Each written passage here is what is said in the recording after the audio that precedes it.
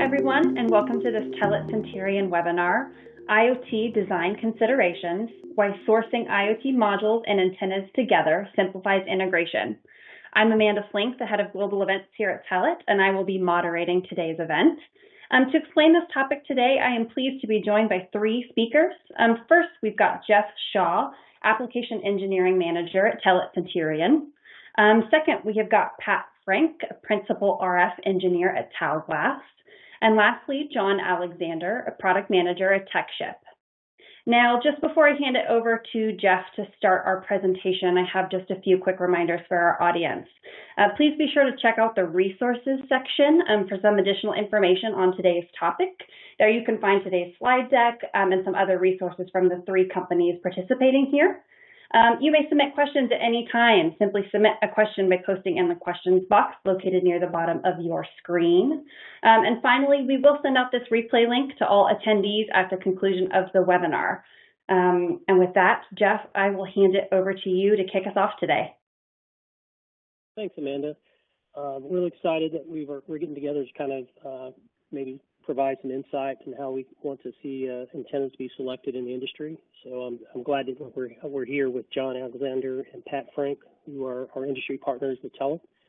And so I would kind of go through just kind of the basics of kind of where we are now, and then we'll start to look at practical approaches for picking out antennas and how that applies to our customers. In the beginning, that in the cellular ecosystem, we purposely kind of lowered the bar for kind of device entry into the carriers, and that barrier was pretty much tenfold. So originally, when IoT, or back then it was M2M, kind of came out, we realized that we could not reach some of the previous thresholds for device entry. So when you're going into a carrier or doing OTA, that's around -90. To kind of give you some perspective, prior to that, those numbers are closer to -105 dB. So there's pretty vast amount of margin there, a difference. So that bar was lowered pretty well. The idea was that we were going to try to get kind of a simple antenna that was not necessarily optimized, but still be able to kind of barely pass and still be useful into the cellular ecosystem. And so what we're trying to do now, or at least my kind of idea was, I see this tremendous margin of where we can improve and where the IoT industry can improve into kind of increase range, increase tower coverage, and be able to see additional towers. So there's plenty of space in the industry to kind of improve in that area. And kind of the goal of the presentation here is to get you in the right direction in terms of concepts, as well as how to use industry partners like John Alexander represents TechShip, and he's going to kind of present some of the ideas around kind of the same ideas that we all share, how to improve your product as you go in to certify your product into the market. And Pat Frank will additionally try to drill down into more specifics on how to really increase your performance and quality of your product as you develop it.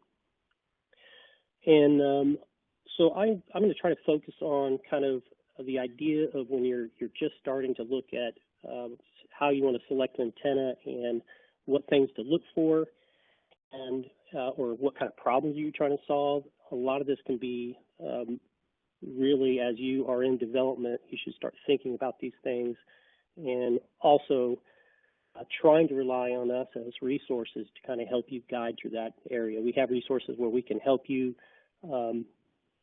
Whether it's equipment use, maybe you don't have the type of equipment that's like a VNA or spectrum analyzer, you can lean on the Telit or TechShip and Talglast to help fill that gap.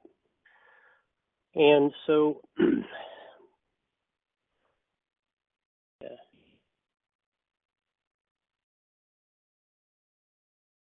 and see if I get that slide moving. There we go. So here we're going to try to talk about, again, I mentioned how we're going to utilize Telit and TechShip and Tau Glass, and we want to be be a partner of your design and your development. And as we start to try to fit into your process, and I'll show you a kind of a process diagram in the next slide, but we'll get there in a minute. We want to be able to select what kind of antennas you're going to use, and it may depend on where it's going to be placed. So it's going to have to do with the use case that it's going to be, what environment it's going to be. We're going to try to reduce the problems you see as you try to enter into device certification. And in terms of use case, this is important in the sense that it's, maybe it's indoors, maybe it's outdoors. That may determine, what kind of antenna you should be looking for. And of course, solving problems. If you've got an antenna that's not as optimized for your environment, you may end up with a less than adequate performing product out in the field. And of course, in the end, you'll have a better idea of how to set your expectation to your end customer, depending on what your choices of antennas you're going to use.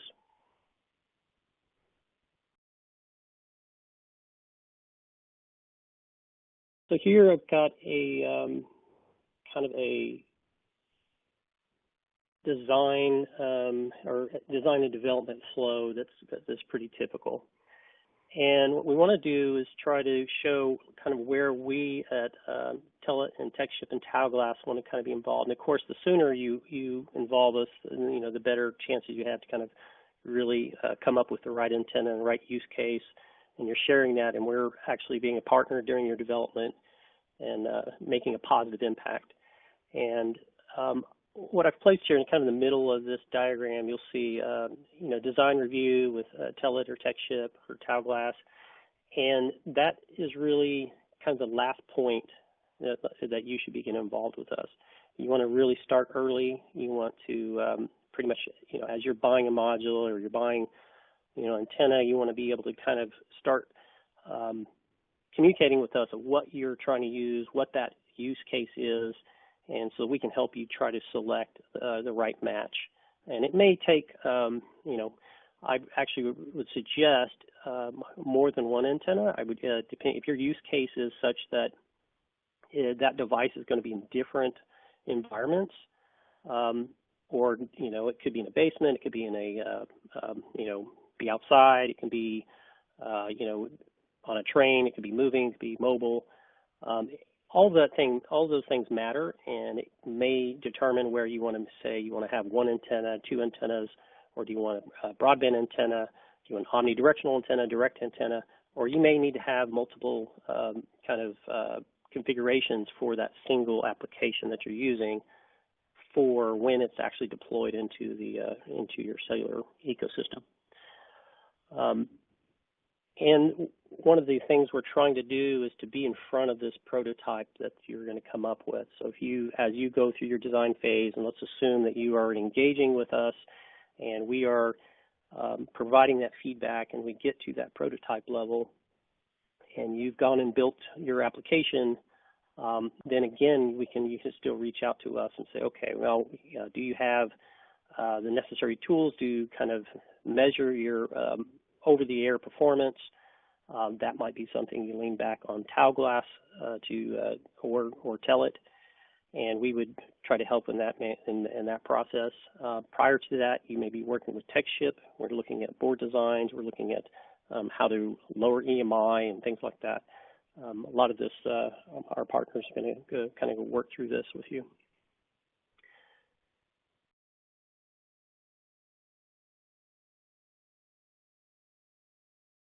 So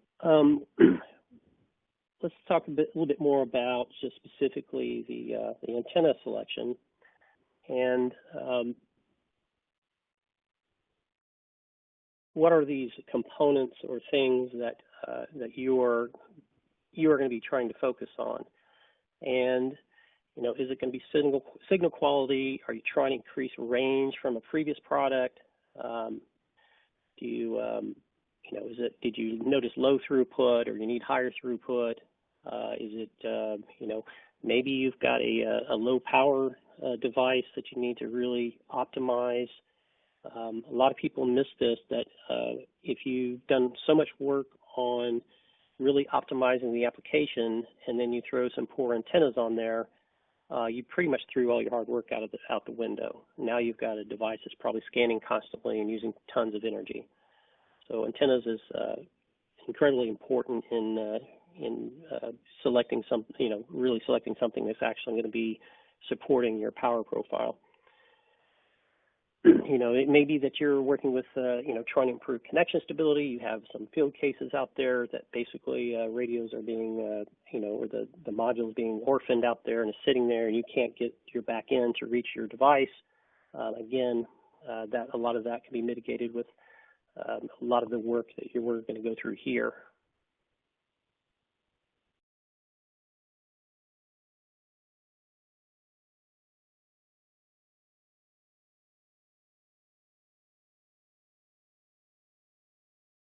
So I mentioned kind of application range. One of the things that's missed is that when a lot of times it's the receive side that actually is going to improve your range. Most of the radios transmit, and say if you're transmitting and your antenna is well tuned, the transmit is probably going to reach the tower or the cellular sector that's out there. When I mentioned earlier that the bar was kind of lowered for device entry, that's around -90. If you go out into a rural environment, the tower spacing is closer to about 102, 103. And you're assuming you're like driving down a straight road. If you were to, as you change towers, and you have a radio that can go down to 105, say, it would actually change to the new tower just as you reached it. So imagine these towers kind of right next to the road. That's basically where you would see that handoff happen. And again, I guess something else to mention is that the radios will have the RSRP, one of the measurements. If it's greater than 10 dB, then it will prefer the next tower. And then the RSRQ is more your quality of your signal. And as that quality degrades, you'll get bit errors and things like that. And as it gets past -12 dB or worse, then that radio is beginning to scan looking for that next tower. And so those two values are pretty important to understand, because that's going to be something when you're talking about connection stability. 99% of the time it's because the deployment has a RSRQ of -12 or worse. And where antennas come into this perspective is that antennas can provide some immunity from other noise around in that environment. And so your RSRQ could possibly be improved by a different antenna by somewhere, it could be 3 to 7 dB, depending on how that antenna was designed. And we can, as we go through this, and RSRQ and throughput kind of work hand in hand along with the orientation of the two antennas. And I'll kind of work through a little bit of some of how that works. But your throughput will improve when the antennas are oriented correctly, and we'll talk a little bit about that subject here in a minute. And as I mentioned, when we talk about EMI and RSSE, this is harmonics or noise coming from other elements inside your design, or it could be in your environment. And the board design, as long as you're not creating those additional harmonics in your design, that's what you have most control over. And we'll be working with TechShip's ideas around how to do that as well, and you'll be looking at how to kind of reduce clocks and change spreading and things like that nature, or how to set up your ground. That's what's going to be important to trying to lower the noise that is being created by your own application.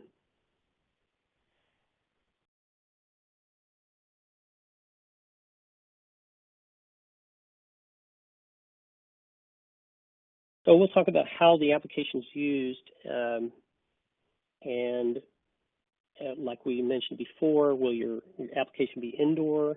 Will it be outdoor? Will that device be in a building where it needs to use a booster or repeater? That's not something that's really in your application's control, but understanding what you are going to be, working with is going to matter. What kind of antenna you should be selecting. And there's, in the sense of outdoor or even indoor, in many cases, you may have to use a directional antenna, or in some cases it may make sense to use an omnidirectional antenna, but it really depends on how that product is actually being deployed in your kind of end location.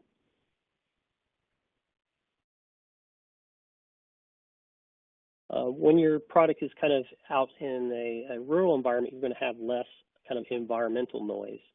So it may be that you can side or make a trade-off for an omnidirectional antenna in some cases. And it may also depend on the radio technology, if it's Cat-M versus, say, LTE or 5G. And as I mentioned before, if your application, I highly recommend that it's not just a single antenna or single pair of antennas or type antenna. You should consider that your product may be put in several different environments, and having a 2 or 3 different types of antennas to manage those kind of corner cases that you need to overcome a weak signal or a noisy environment. This is where it pays to be able to have a different type of antennas, whether it's omnidirectional, directional, or say like a PIFA parasitic that may have more noise immunity.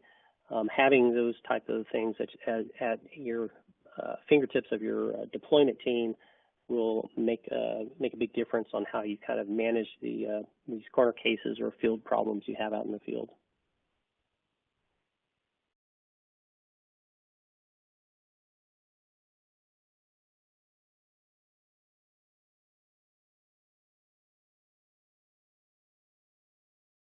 So I mentioned antenna selection and orientation and the propagation. And so this mostly is kind of, if you think about, say, an indoor environment or even outdoor environment, and we'll talk a little bit about the technology of the cellular technology and as well as the Wi-Fi technology. These technologies use orthogonal frequency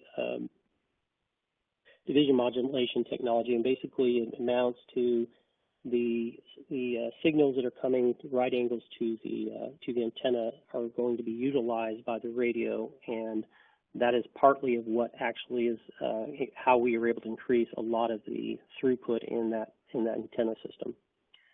And so what I presented here, instead of kind of going through the ECC formula, which you can do, I wanted to try to provide basically from a different direction and saying, okay, what is the kind of a ideal antenna in respect to, say, OFDM and envelope correlation coefficient, which is related.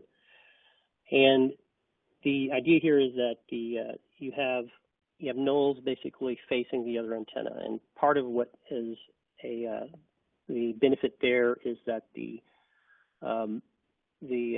propagation of, say, one transmitting antenna is not driving that signal into the receive path, and that basically you have a descent that usually occurs at the radio because of the transmit. During the transmit, the radio will be trying to settle on the receive, and there's a LNA inside the radio that a lot of times it's either trying to adjust to that signal, if it's got a loud transmit signal which is coming from itself, it can degrade that signal and not drive that LNA as well as it should.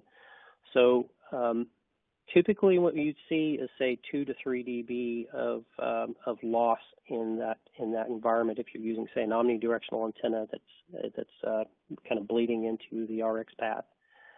And this can range a little bit, but that's something to consider. Now, this assumes that there's 2 antennas. For single antennas like Cat-M, this is not the case, because it's a half duplex in technology, and as well as there's not a second antenna to bleed into. When we look at the kind of these antennas, the idea here is that you have kind of a mirror antenna. You have these antennas that are omnidirectional as a system, but individually they're directional with patterns that are basically 180 degrees out.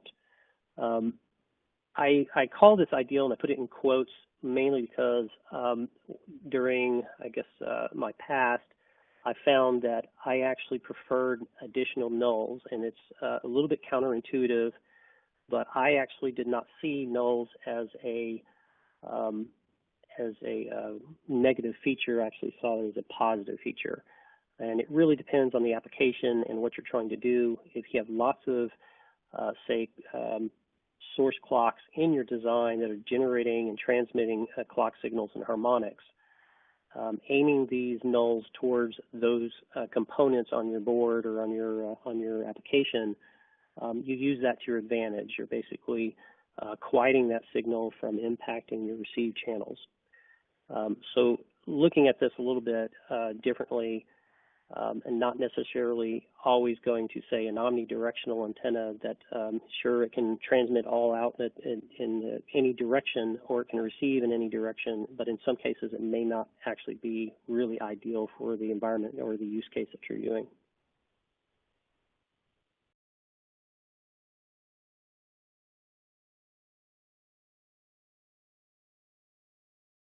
And so we talk about single antennas and omnidirectional antennas. One of the kind of very common kind of orientation mistakes that I see out in the field, and really this is kind of something we see in the industry and the Wi-Fi industry. And some of this we are kind of accustomed to understanding that, and maybe people don't really understand why they do it, but I'll try to explain it here. Both of these pictures on the side are actually 2 different setups. We have one antenna on the top is basically a single antenna, and the bottom looks very similar, but it's actually 2 antennas. And this is what happens when you have 2 omnidirectional antennas in close proximity. Effectively, it actually looks almost exactly like the single antenna. And further, we'll always get comments back. We'll say, hey, if I only attach one antenna, I see better performance than if I connected 2. And this can be true in the sense that I mentioned earlier. If the 2 antennas are omnidirectional, that first antenna that's actually transmitting can detune the other antenna. So customers will come back and say, hey, I've got, and I attached both these antennas together, and I run my performance, I see 2 to 3 dB of loss compared to when I use a single antenna. That is typically because they did not choose their antennas such they're not kind of poisoning the RX path with the other. And that's something that's missed quite often. And if you look out at, say, if you go on Amazon and any,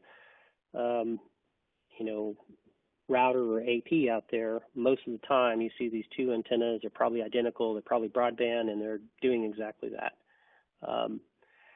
It's something we see pretty common. Ideally, you'd want antennas to actually be designed where they have OFDM in mind and are basically not kind of desensing their own designs.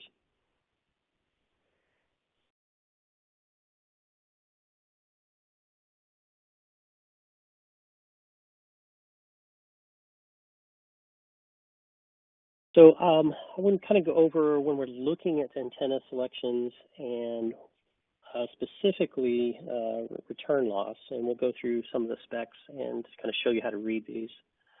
On these, what I've shown is basically S11 return loss, and your antenna providers like Talglass. Talglass is great at providing, they provide return loss on most of their specifications. They also show the out of band return loss as well, and that's information that I definitely appreciate, because I'm not always looking at in-band tuning or in-band resonance. And I'll kind of explain this here. When you have this return plot, and the way I'm suggesting to look at it is, of course, you have the in-band tuning, and we're looking at that, and we want that to be -10 or better. And when we're looking at out-of-band tuning, the out-of-band is important as well. And the reason why I want customers to kind of look at this a little bit more is the closer you see the antenna to detune to 0 out of band, helps to give you an idea of how much more immunity it has from in signals from clocks and things like that as it reaches into the antenna.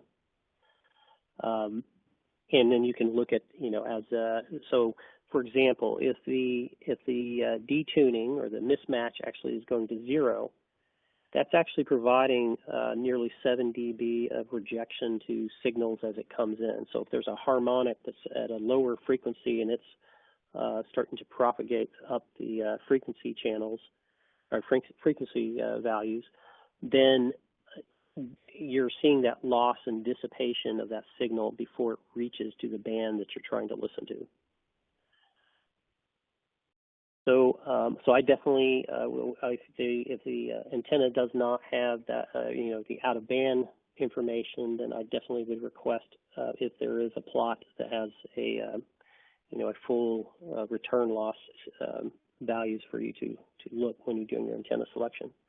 On the right, I provided kind of an idea where you see an antenna that may have an extreme tuning or resonance in a particular frequency. And that super deep valley that we see at right around 750 megahertz, what I would look for is sometimes you can manipulate the antenna in orientation while you're working with your industrial design. Going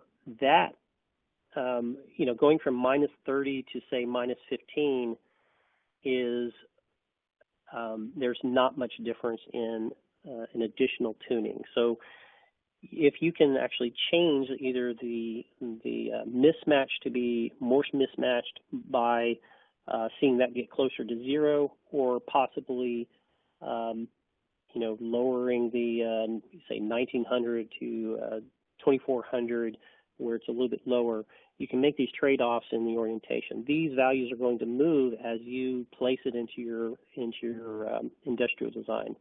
In fact,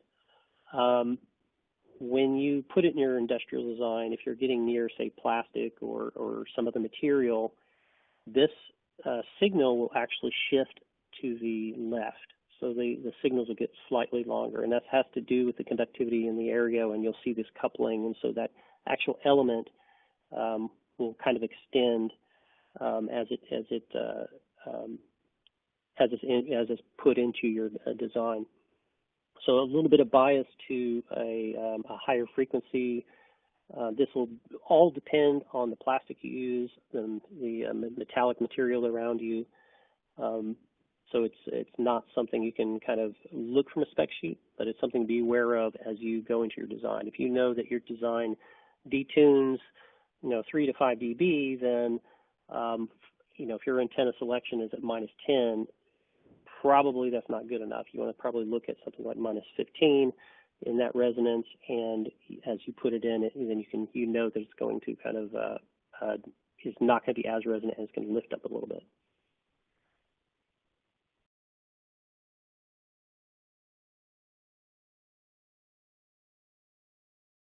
So I mentioned before about kind of noise immunity. This is kind of a chart what you want to look at when you're looking at those numbers, those values that you're looking for. And I didn't go to the very bottom. I know I provided an antenna design that had -30, but really, once you go past -20 or even before that, if you look at that value, it's 0.1, and there's really no reason to kind of really even list that at that point. What you're trying to look for here is everything that's basically -10 is basically saying I've got 0.5 mismatch loss. So the antennas, and this is pretty typical for module vendors like Telit, to say we suggest that you only put 0.5 dB of loss in the antenna, and then anything better is great. But what this allows you to do, it gives you enough margin where maybe you need to add a filter in your design, maybe you've got enough margin as you go to your OTA testing with the carrier. This is all, the more you have it tuned in this area is where you're going to provide more margin on passing in the OTA. And so, I guess one other thing to look for, as you see that return loss, say -1, you'll see that the mismatch loss is -7. And this is like talking about out-of-band tuning. So how much mismatch you have on the out-of-band, you're basically see these frequencies being getting loss of -7 dB and cutting that signal down lower and lower and lower before it reaches your 700 band or your 2100 bands. So that's where you see the value there.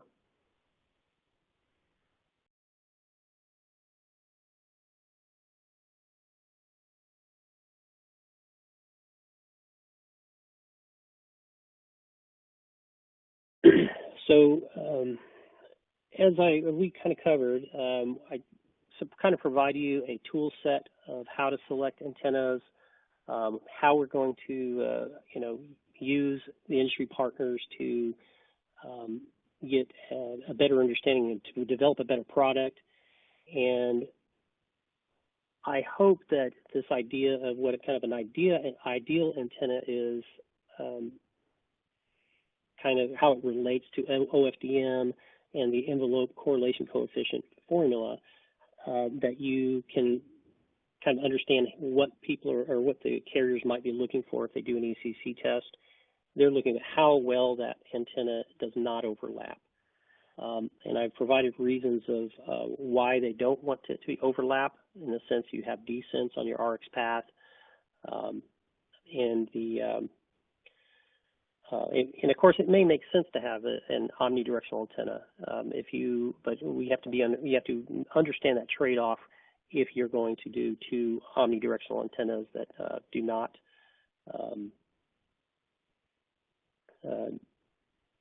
if they're going to overlap or if they're not going to overlap. So I am going to pass this over to my partner with Tau Glass, Pat Frank, and to continue with his ideas of better development and antenna selection. All right, thank you very much, Jeff. Thank you to everybody and for joining today.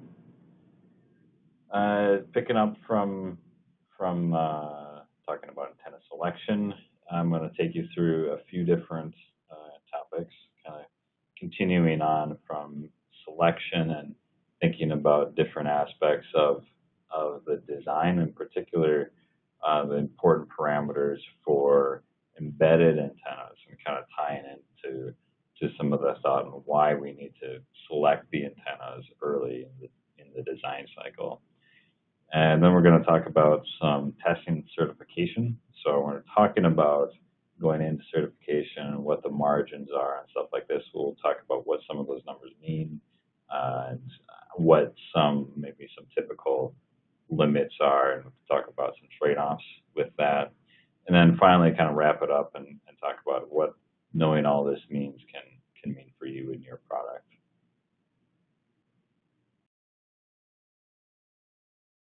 So firstly, one of the things that kind of focusing on what I would call an embedded antenna. So here we have our PA710 surface mount ceramic antenna. That's intended to be surface mounted onto a PCB, very commonly integrated along with lots of other things onto the PCB. Here we're showing a module and a GPS antenna. Could have your entire product electronic design is on that same PCB. But when you're selecting that kind of antenna, just using this as this kind of thing as an example, there are different aspects. It's not just you can't just take that antenna and put that down onto a board and expect that it's going to work exactly like we stated it is. There's some things that we're expecting to be implemented into the design to get the performance that we all want out of that antenna. And so for us, there's really three primary considerations, really from the early area of the design cycle, when you're working on that product, the industrial design, and that kind of stage. There's more stuff that you can do when it comes to optimizing the antenna once you have it and you have prototypes. But at this earlier stage in the design, these are the most important things to keep in mind. So for us, the three primary considerations are the length of the ground plane. Second is the keep out area, so the areas directly around the antenna on the PCB itself. And then the third is kind of the three-dimensional aspect of that, the proximity to other metal around it. If you have other antennas in the system, these generally hold true for those also. Kind of focusing on that first one, the ground plane length, and this is why selecting this along with the other items in the system is very critical to do early, is that this is the number one most common issue when we see talk about antenna performance, especially for embedded products.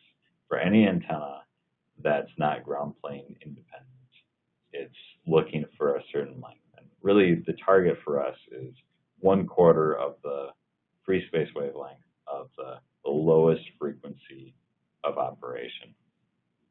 Here we're showing three different lengths just to illustrate this. We'll pick this up in the next slide further, of 80, 100, and 107 millimeters. The 107 seems arbitrary, but if we look at a typical integration example, if we're going down to 699 megahertz, so band 12, then that's a quarter wave at that frequency. If you were looking at band 71 for T-Mobile, that number would be larger, and we would need to go further down in frequency. So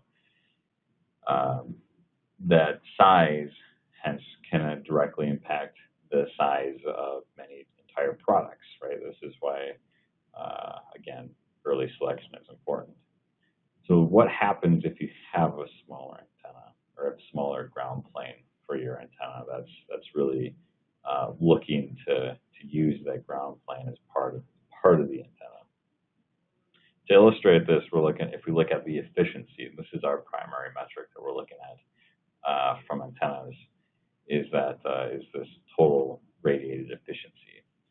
And here we show this for these three examples over here on the left. We have efficiency plots over typical cellular frequency ranges.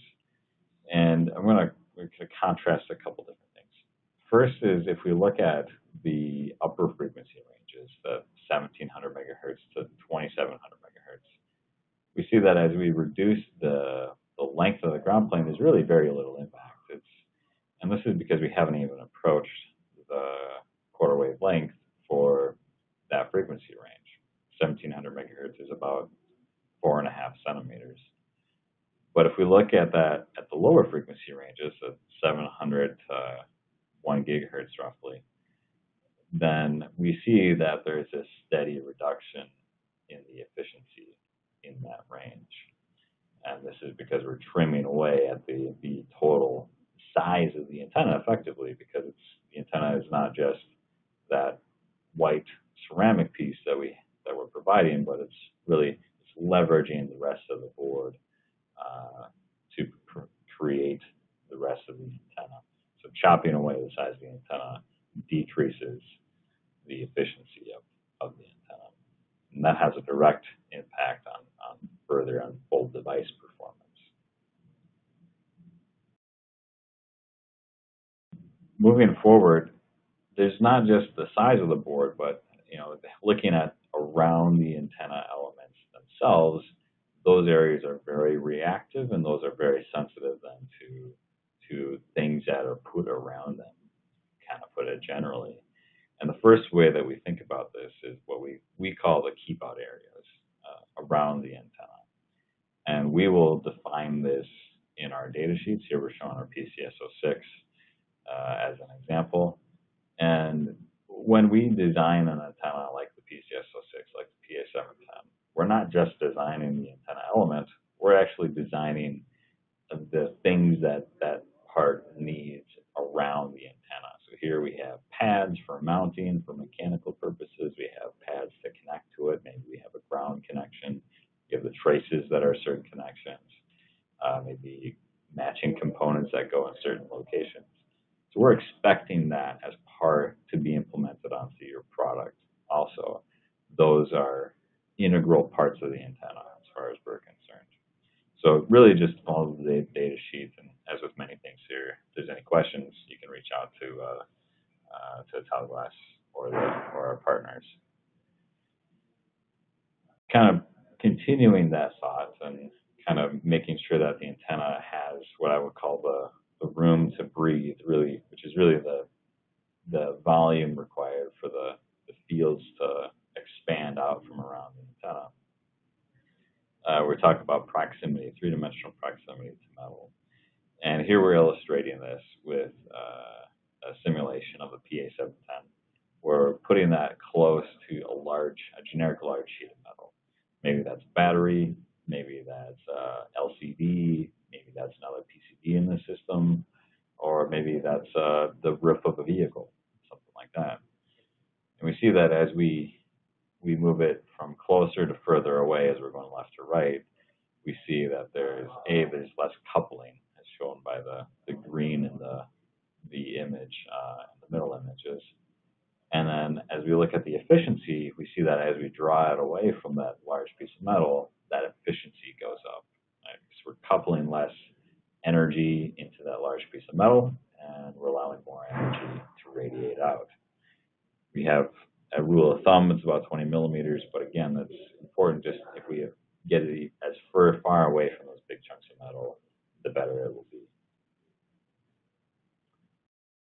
Kind of moving forward and looking at how this can impact other things, we talk about taking that, once we have that product designed, we're moving forward into certification, and then what are the requirements for that? It's helpful, I think, to illustrate and to break down what we mean by that. So when we talk about certification, there's lots of things that are called certification that could be speaking about, but here we'll think about three different levels. The first is what I would call regulatory. So this is the legal requirements. It's the FCC, CE mark, CA, that kind of thing, where it's the legal requirements for your product to operate in whatever region that you intend to deploy. The middle one is the industry cellular certification. So that's my own terminology, but that's referring to things like PTCRB and GCF, where it's an industry organization and it's setting certain requirements. Whereas regulatory is typically focused on things like safety and inter-device and inter-system coexistence, so making sure that your device doesn't harm other things. When it comes to industry certification, it's typically about making sure that things work together well. And for us, that's usually PTCRB, and there's a lot of testing that can go into that, and thankfully, most of that is handled by modules like the Telit and Cinterion. There's some things that are at the device level, such as OTA. I'll cover that in a moment. And then there can be additional things like carrier certification. This might be Verizon or AT&T, and they may have their own level that's above and beyond that kind of thing. And typically, this is Things like making sure that it behaves well on your device, behaves well on their network. So maybe it comes on and attaches and detaches in the right amount of time. But there can also be performance requirements that they're looking for to make sure that your device will play well on the network and that you'll get the coverage that you want and expect. So defining a couple parameters here, there's really two that we focus on from our perspective. So again, from the RF and antenna perspective, because they're pretty well tied together with the rest of the system and these parameters, and then that carrier and industry certification. First is TRP, which is total radiated power.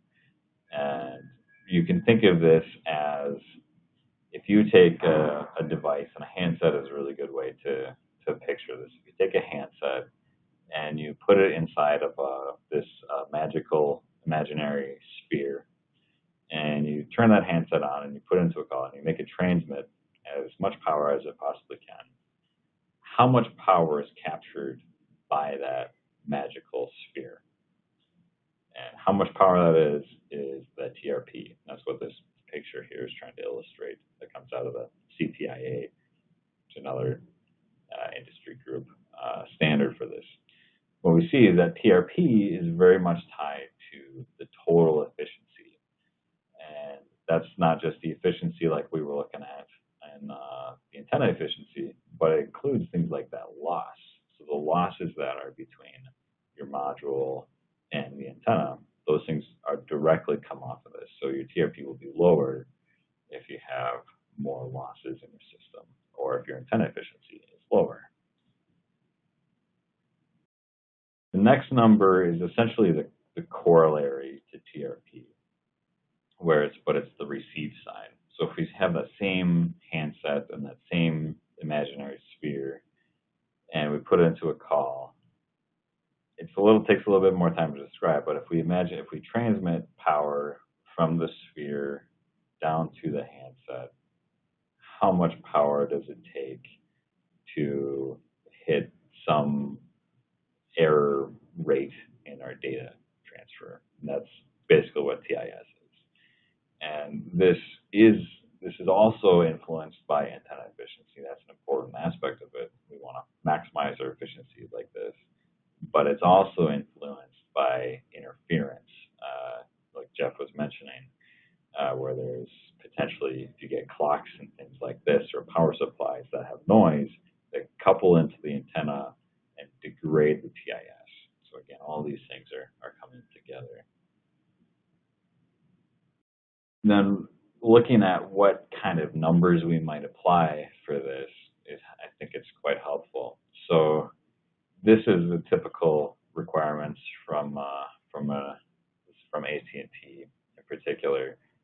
You can go look at the requirements. They publish them publicly for an LTE device. And there's a couple of things I'd like to point out. First is that if we keep in mind that the power coming out of the module is typically about plus 23 dBm, about 200 milliwatts. And we look at the TRP requirements, especially in those upper bands, it's plus 20 dBm or 100 milliwatts. That leaves us a 3 dB margin in terms of total antenna efficiency and loss to achieve the TRP that we're looking for, which is not very much room. So maximizing your performance in this range and minimizing your losses really does make a difference. Right here is where you see it. The next thing to point out is that for between LTE, the higher CATs and 5G, we're looking for a higher performance. The performance that we expect out of the antenna doesn't really change if we go to a category M device, power class 3 or 5. TRP limits don't change at all. TIS only changes because you have a narrower bandwidth. So you just get it's similar performance if you have similar antenna performance. The last one is there's this class of devices. Not all carriers will recognize this, but some of them have this concept of a small form factor. less than 107 millimeters in length. There's that number cropping up again. And there's an allowance that if it's a small form factor device, it's category M, then you may be able to have reduced performance requirements. However, you need to think about your application in this case too. Kind of thinking back to what Jeff was talking about in selecting your antenna in the application. If I think a good counterexample to this would be if there's a rural device that's unattended, you probably don't want to go make your device as small as possible. You probably want to err on the side of having a higher performance.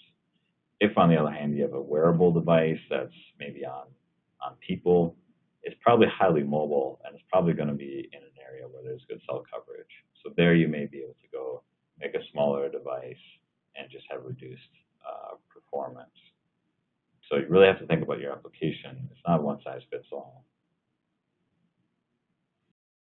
And then finally, looking ahead, so you have, we've talked about all these things about selecting an antenna and integrating an antenna, and what are the key characteristics that we're looking at. You want a certain size, and you have to then go through certification. What does all this mean for your product? So one of the things that we've seen is that the more you can leverage expertise like this and experience and services of trade partners, so TechShip and Talglass and Cinterion, then that can get you to market more quickly. So knowing what the key parameters are, being able to reach out to us and get the service and support that you need can just save you time and money. So as an example of this, we've talked with a customer of ours named Kio.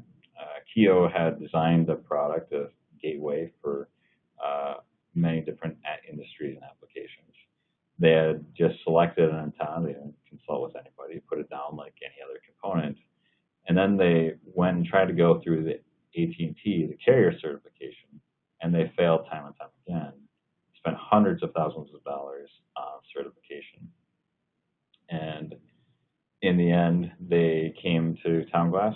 We were able to help them pick an antenna, integrate that antenna, test that antenna and product, and then they were able to get into market and have a great performing antenna and product once they get into the field. So leveraging all of the partners can really make a difference and help you reach your goals more quickly. And with that, I'm going to turn it over to John to close us out. Awesome. Thanks, Pat. So, hi, everybody. My name is John Alexander, and I'm a product manager at TechShip. We are a proud distributor of Telit, Cinterion, and Talglass. And our TechShip portfolio of products and services is very focused on the world of embedded wireless components. That's what we do well. We've done it for a long time, and having these two partners on board is excellent for us. Every product that we sell is one that we believe strongly in, and honestly, recommending Telit and Talglass to our customers is like the easiest thing in the world for me. I know that our customers are going to be getting high quality components, strong integration support with engineers, and the best possible performance for their IoT device. Loved hearing from you guys, Jeff and Pat. Considering the module and the antenna design together in the same breath is so important. At TechShip, we know this from years of experience helping device builders select the right combination of those two products.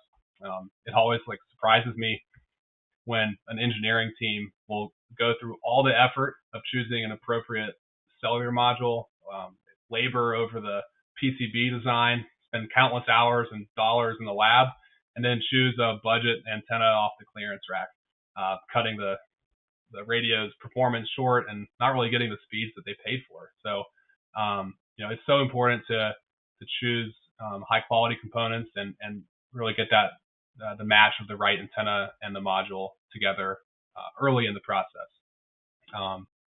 So TechShip, we help you guys do that. together with our great partners like Telit, Cinterion, and Tile-Glass. So I'm really here to share kind of like practical next steps for how you can get started. So, if you're building a new device, right? Maybe you have years of experience, or maybe it's your first time building one. Or where do you start? So start with TechShip. Start with us. Start with these two great manufacturers, Tile-Glass and Telit.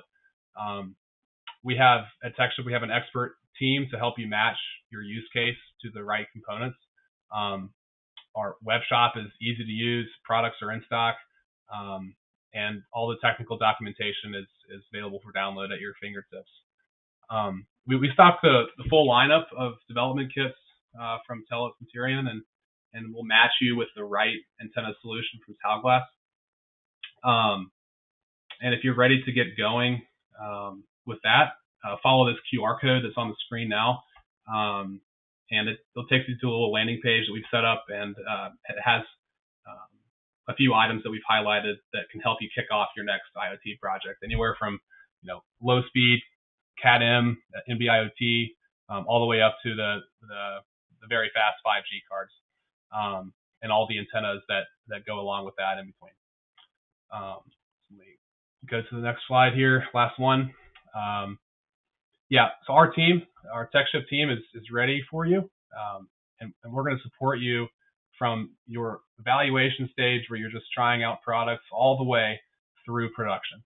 We'll get you the right product at the right time, and in addition to the resources Frank and Pat mentioned, you have full access to our engineering team, who've helped thousands of companies with the radio and antenna integration. Our new anechoic antenna chamber also allows us to perform detailed test reports for an individual device. So, if you want to ship your device over to us, we can do a full report on which antenna you might be currently using, and compare that with the best ones we can get from our partners at Tile-Glass. So, anywhere from logistics and engineering to like special services like product customization and help with certifications, regulatory or carrier or industry. TechShip is your one-stop shop for everything wireless, where we hope that you utilize us and visit our site, talk to our team. We're ready to get going with you on your next project, together with Telit, Cinterion, and Tile-Glass.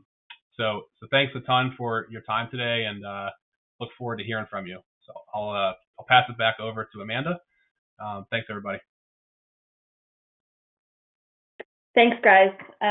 Super great presentation today. Audience, I am going to drop a poll on your screen now. If you'd like to have one of our experts contact you, please just respond here on the poll, and we will be sure to have someone reach out to you directly. We are coming up on the hour, so I believe that is all the time that we have got for today. I see that we did get a few questions, so we will be sure to follow up with you all directly in the coming days. Please be sure to check your inboxes for that replay link if there's anything you'd like to see again. A huge thank you to Tile-Glass and TechShip for your support on this webinar, and thank you everybody who joined us. Have a good one.